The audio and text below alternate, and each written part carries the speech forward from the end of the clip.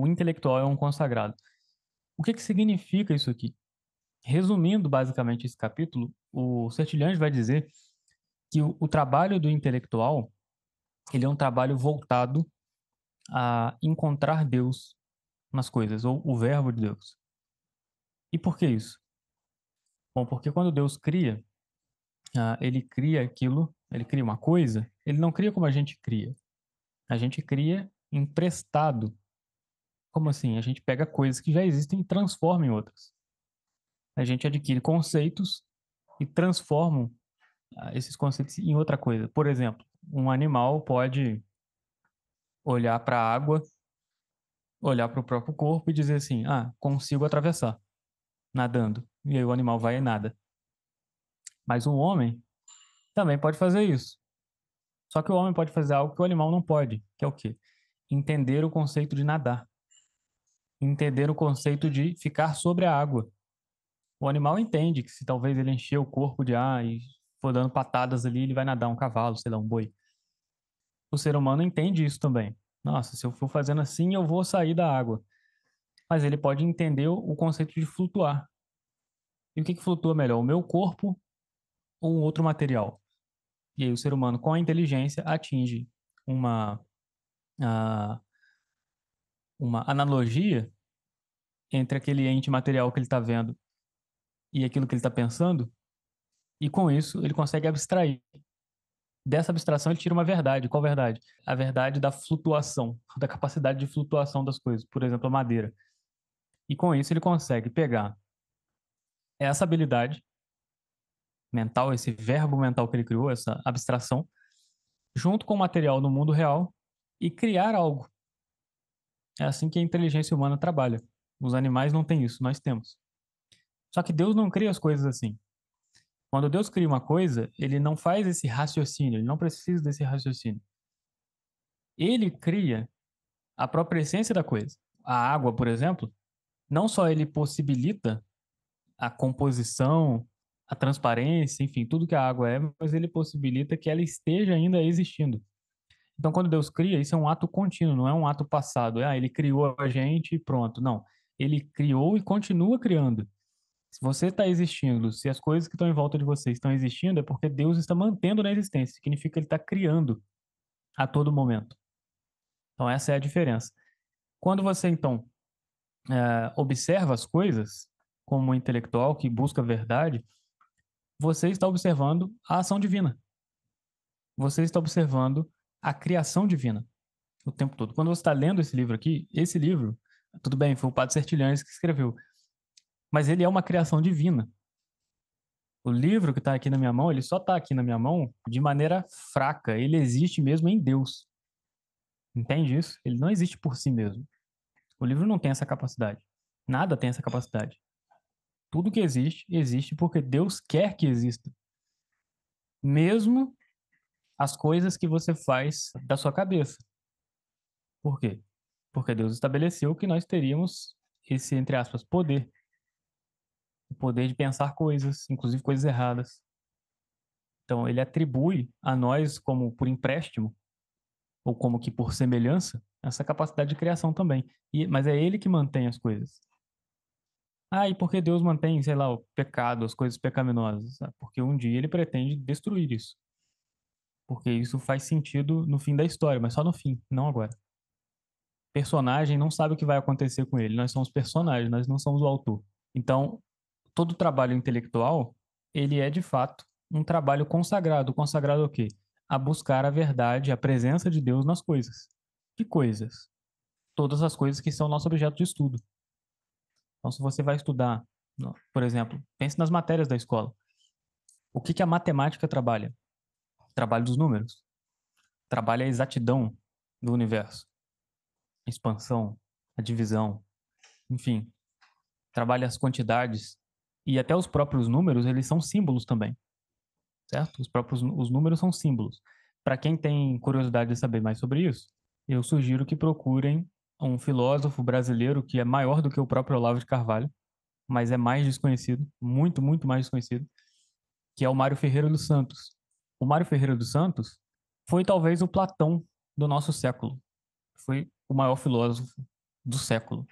E era brasileiro, e desconhecido, totalmente desconhecido.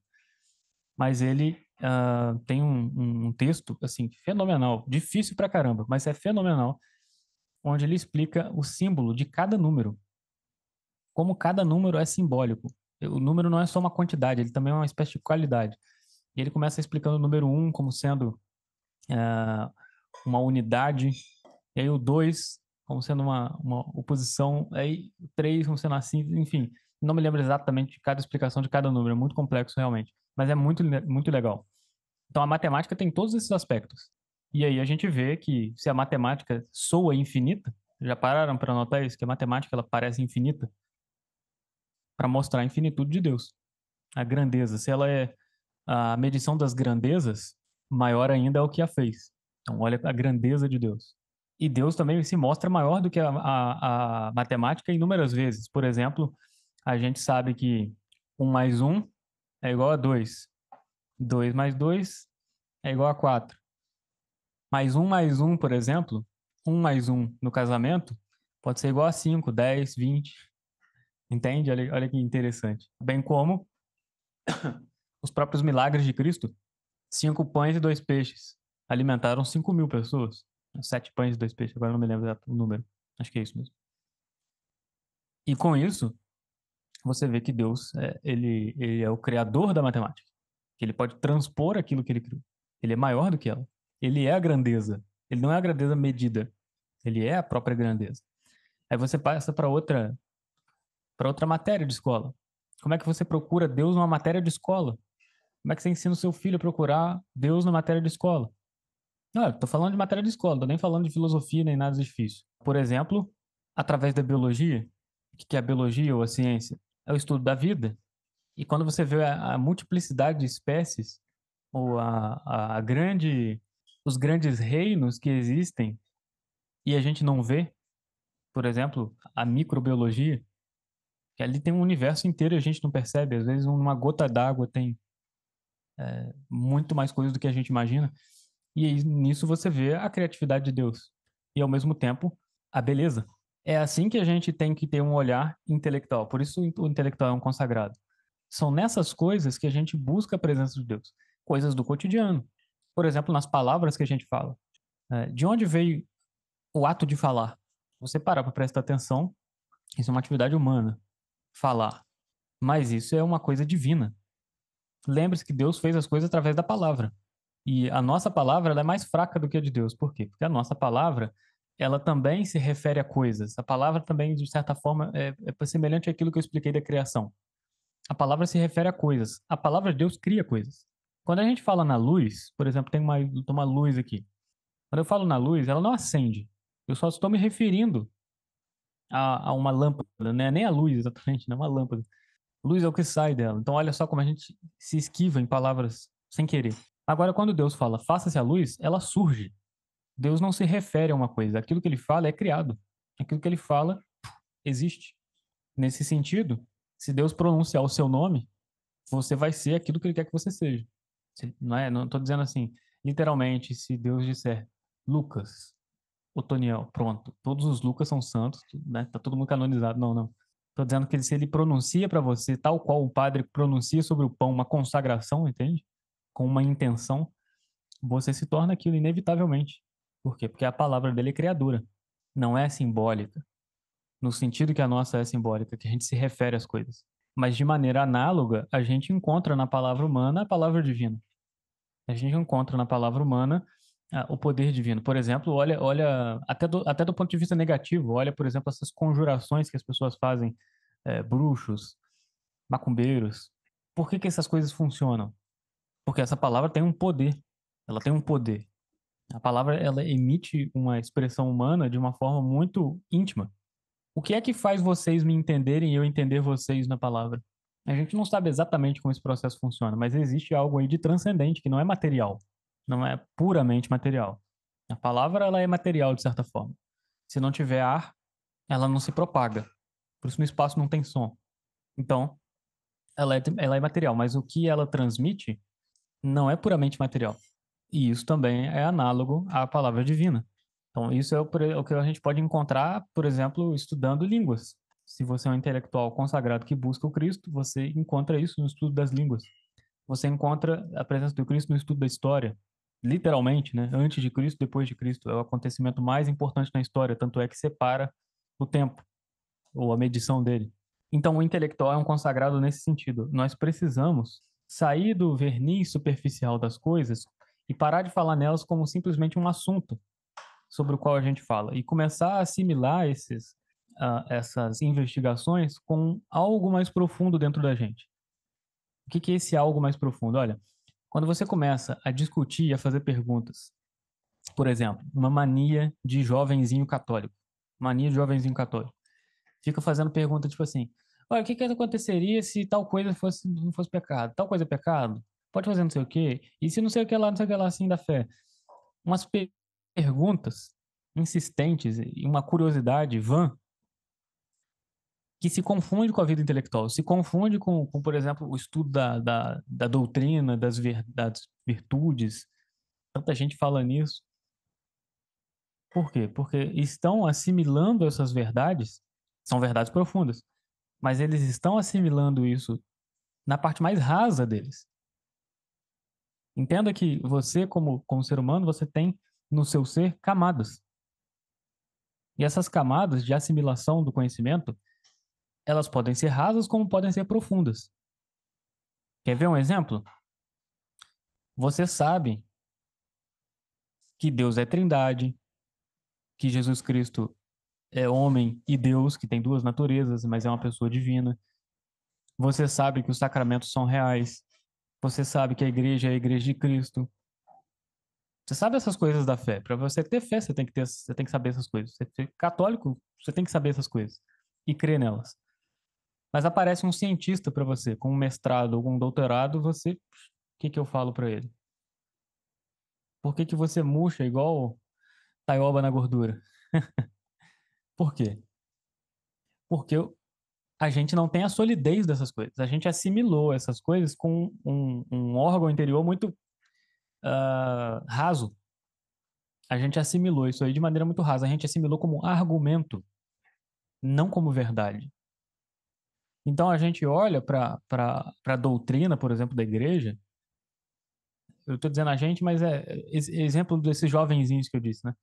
Eles olham para a doutrina da igreja como um divertimento sobre o qual eles ficam discutindo. Mas acontece que a doutrina da igreja não é um assunto sobre o qual se discute. E entenda o que eu quero dizer. Não é que eu estou dizendo que você não pode falar sobre a doutrina da igreja. O que eu estou dizendo é que é mais do que isso. É um fato. Por exemplo, a morte, a ressurreição de Cristo não é uma doutrina, é um fato histórico. Se você assimila como uma doutrina simplesmente, você assimilou como um conjunto de coisas sobre as quais as pessoas falam daquilo ali, e não como um fato. Um intelectual sério não pode cometer esse erro. Ele não pode, de forma alguma. Porque se ele está buscando a verdade, significa que ele está buscando a essência daquele assunto, daquela coisa. A essência. E a essência do cristianismo é factual. A essência do cristianismo é factual, não é doutrinária. Doutrina nada mais é do que a expressão do fato, a explicação do fato. Por exemplo, a doutrina da Eucaristia está explicando como é que o Cristo se faz presente no pão. Que aquele pão deixa de ser pão e passa a ser o Cristo. Como é que isso acontece? Aí vem a doutrina explicando direitinho, catecismo. Tá tudo certo, é verdade mesmo. Só que se você para por aí, você simplesmente caiu numa espécie de racionalismo cristão. Inclusive, existe uma seita chamada racionalismo cristão, que é um pouco espírita, tá? Existe, depois pesquisa. Mas você caiu numa espécie de racionalismo cristão, um cientificismo cristão. Principalmente quando unem isso ao tomismo. Nossa, então vira aquela coisa, né? Todo mundo fala de tudo no cristianismo como se fosse uma questão, e não como realidade. Ah, não, mas nós cremos. Sim, eu sei que crê, mas a expressão que você dá ao que você crê é uma expressão de argumento. A mesma parte em você que fica discutindo coisas da igreja é a parte que discute coisas de política. É a parte que discutia quando você era criança, quem que era o Batman, quem que era o Super-Homem. Não, eu sou o Batman, você é o Super-Homem. É a mesma parte em você, só que ela era infantil. E agora a pessoa vai crescendo, vai crescendo, vai crescendo, ela adquiriu uma cultura católica, ela simplesmente trocou o assunto. Mas isso não é fé, entende? Isso também não é entender aquele fato como uma verdade. E, portanto, não é se comportar como um intelectual diante disso. Então, o intelectual é um consagrado.